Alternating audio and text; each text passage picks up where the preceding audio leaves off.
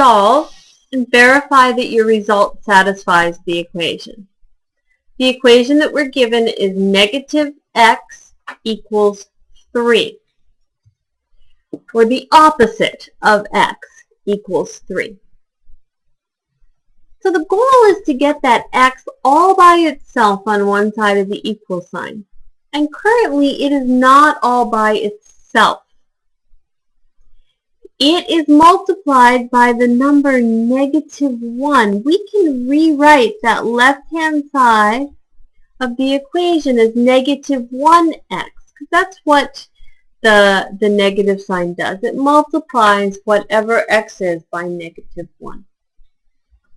And now we can see that we have x multiplied by a number,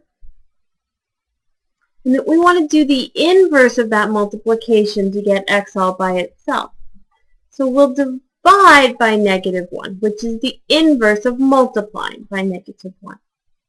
Whatever we do to one side of the equation, we need to do to the other side of the equation to keep things in balance. Negative 1 divided by negative 1 is going to give us a positive 1 because any number divided by itself is 1. So that leaves us with x on the left-hand side of the equation. On the right-hand side of the equation, we have 3 over negative 1. 3 divided by negative 1. Well, 3 divided by 1 is 3.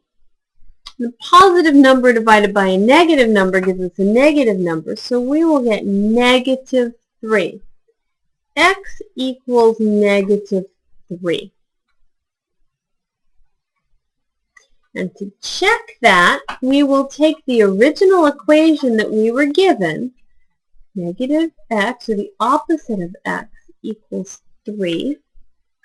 We'll plug in that value that we got, negative 3, and verify that we get a true statement when we do this. Well, the opposite of negative 3, negative times negative 3, is positive 3. And positive 3 equals positive 3. So that checks. So that verifies that our result did satisfy the equation. And the solution to the equation is x equals negative 3.